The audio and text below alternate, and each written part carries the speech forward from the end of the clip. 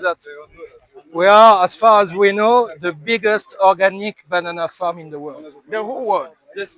Yes. Alors, yeah, here in Kasunya. Yeah. Really? Yes, The biggest organic banana farm in the world. in the world. Yes. In the world. Yes. Yeah. Yes. All right.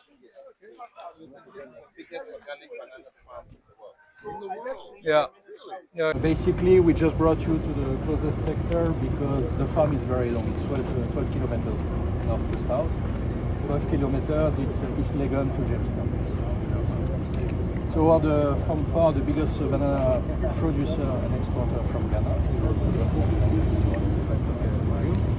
And one of the leading exporter of fresh fruit too, around 65% of total volume. Basically, we are exporting 105,000 tons per year, and here on 3 different farms, we have 4,000 workers. 4,000. So 30% of our surface is organic banana, and 70% is conventional. So come here. So basically, we have train and bunches that have been harvested right now. They are coming here, and then they are washed. That's the first wash, in order to get rid of insects, spider web, and stuff like that, in order to reduce the risk also in terms of fungus diseases. So that's the first one. And after, let me show you. Voila. So you see there is quite a good pressure. And on each ribbon, we have a barcode that is scanned with the GPS position. So I know the GPS position of all my bunches on the farm. Why? So because in terms of traceability, I have to know where from us. I can have for each plot the number of bunches, my yields, my premium rate, and I can then adapt my instruction for each plot in order to be more efficient. Come with me. And this helps with the EUDR. Now EUDR is weighted, and thanks to the barcode, my GPS position will be linked to the weight. That's how I can exactly know the yield of each plot. According to the season, to the year, I take the time frame I want, and that's it. Please follow me. Very good data. Yeah. It's huge.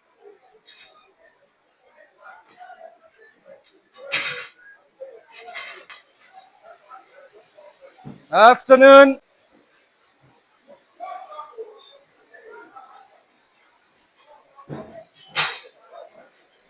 Step of the process is what we call the de-ending.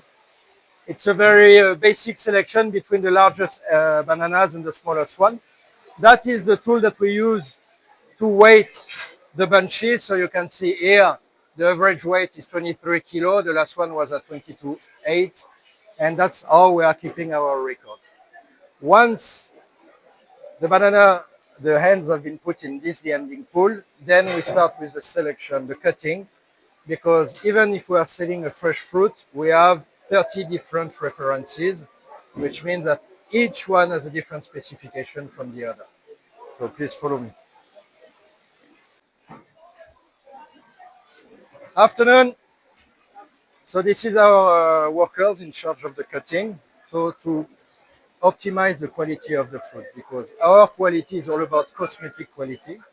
So to make sure that we respect the specification, but we also don't have too much waste.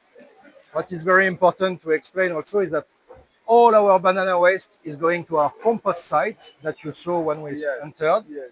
So last year we did 13,000 tons of compost homemade. 13,000. Yeah, mostly for organic farm, but also a bit for the conventional farm. Once it is done, we have different pools for different specifications. By the rule, it must stay like 15 minutes into the water in order to get rid of the latex, and then they are put on the trails. So it's decanted and then it goes into the collectors. No, we can't reuse it. We don't. The investment would be way too important for that. It is sent after for the post-harvest. First, we cross-check the weight because our box are supposed to do 18.5 kg with a margin of error of plus or minus 100 grams. very precise. So we are cross-check the first time the weight of the trail.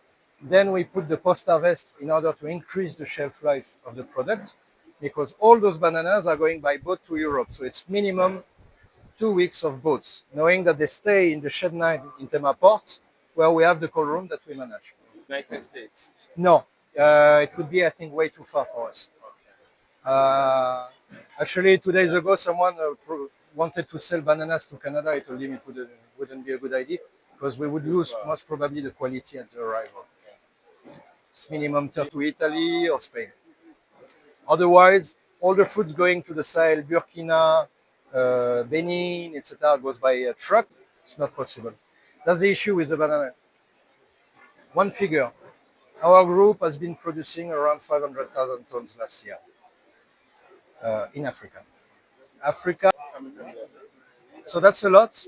But then the first producer in the world, that is Ecuador, is literally the size of Ghana, has been producing 7 million tons.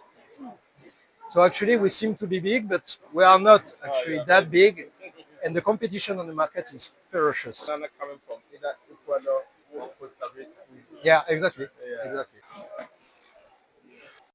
This is almost the end of the process. This one of them is 18.5. It is put in boxes. Very good. We like it all like that. Blending it. So do you have ongoing litigation, for example? Oh, or- yes. You do? Yes. Still, huh? It has come down, but it's a poultry farm. No? Yes. We hope to rehabilitation of the irrigation facility. We hope to have the water now into our system. If we're able to get enough water, even though it's now Done the concreting, okay, for large sections of the canal. But for the historical view is that this canal is from the entrance of Nigeria has come about 16.5 kilometers and it was constructed in the Asutsuare, which were known as very heavy clays. And so originally the design, because it was going through those heavy clays, it was not nice because it was noted that it can there's minimal loss of space. But over time, we realized the challenge, and so with the amount available, we have been able to line large sections of the canal, including approaches to where they come from. Sudoku TV, Besu.